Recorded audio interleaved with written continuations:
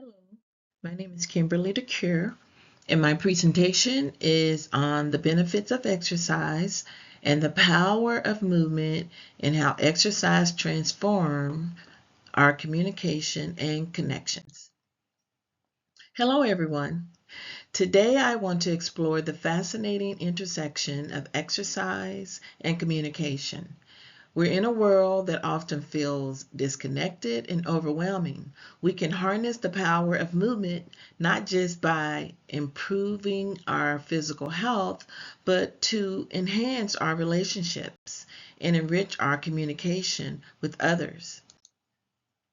We all know that physical activity is the voluntary movement that burns calories. Research has also shown that physical activity releases endorphins. Those are the feel-good hormones that can uplift our mood. It reduces stress. But did you know that exercise can also increase your cognitive function? Studies indicate that regular physical activity improves memory, creativity, and concentration. This means that when we engage in exercise, we are not just working our bodies, we are sharpening our minds and making us better communicators.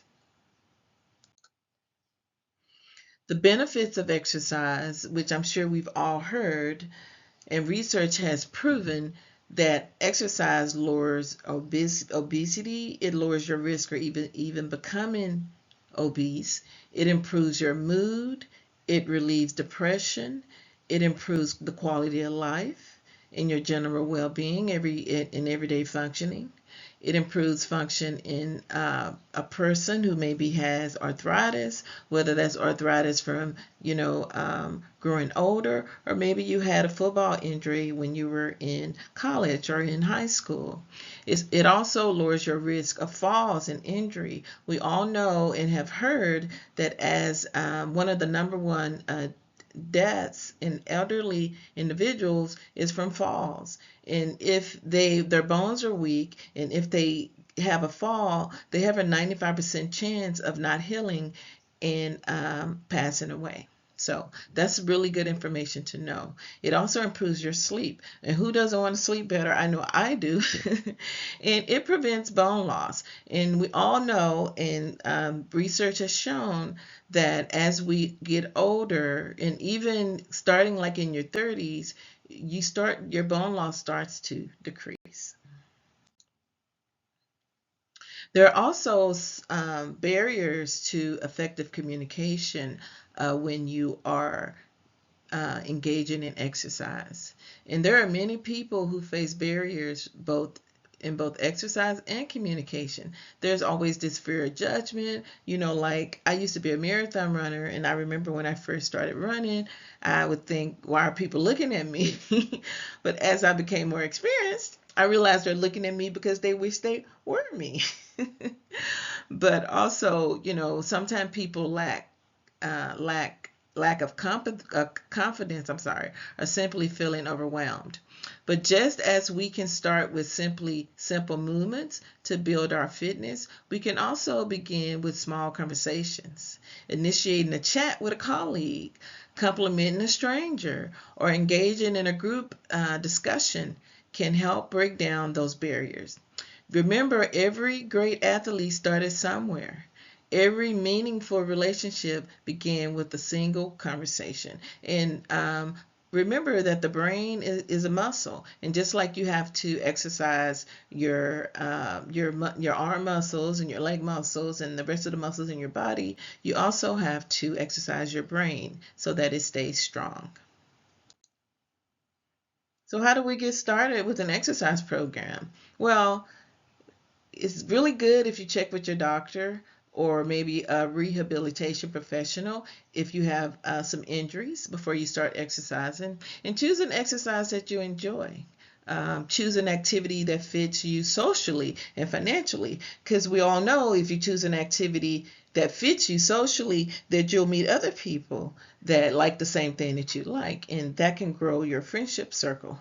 Choose activities that are easily accessible, like getting off work and putting your tennis shoes on and maybe staying wherever you work at and maybe going out for like a 30-minute walk before you head home. Or if you work at home, as soon as you get off work, close your computer and go outside. That's what I used to do.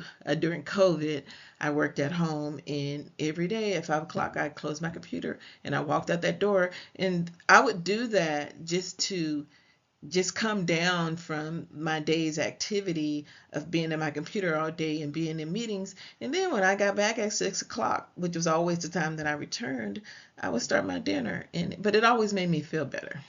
And make a regular schedule for exercise and stick to it. I currently go to the gym at 4 o'clock in the morning, but I used to, that's because I have to be to work at 8. And so I only have about 45 minutes that I can really exercise, and I have to be back home by 5. I have to be dressed at least by 5:30, and I'm walking at the door at 6. So it works for me, but find something that really works for you and stick to it. Exercise can serve as a powerful metaphor for our interactions. Just as we need to warm up before a workout to prevent injury, we must warm up our conversation to create a safe space for a dialogue. In both scenarios, practice and consistency are key. Whether perfecting a squat or mastering the art of active listening. When we approach communication in the same dedication we apply our physical training, we become more effective and compassionate in our relationships. And some examples of endurance exercise is just walking, swimming, bicycling, dancing, cleaning, climbing stairs. I remember reading a report about two women that were housekeepers, and they were in an experiment, and they had been doing housekeeping for years, and they didn't feel like they were in really good shape. And so one of the women was told to, as she was cleaning, to think of this as her exercising, like mentally saying this was my exercise for the day. And the other woman just stayed the way that she was. She was just cleaning. And the woman who decided to think that this was exercise, she actually started to lose weight. So it is whatever you think it is.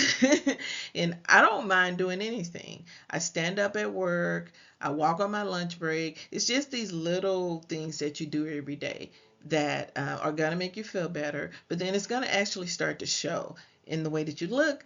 It's going to show in the way that you feel. And it's just a positive thing all the way around. Think about the last time you joined a group workout, like a yoga class or even a casual game of soccer with friends. Exercise often brings people together, creating a community and shared experience. When we work out with others, we're not only bonding over a common goal of health, but also improving our social skills, which is really important. Group activities encourage collaboration, empathy, and listening skills that are essential for effective communication. So let's get moving. It's time to exercise. So I hope you enjoyed this TED Talk, but I hope that I gave you some information that when you wake up tomorrow, you're going to say, you know what? Kim told me to get moving. And so I hope that this helped you out. Bye-bye.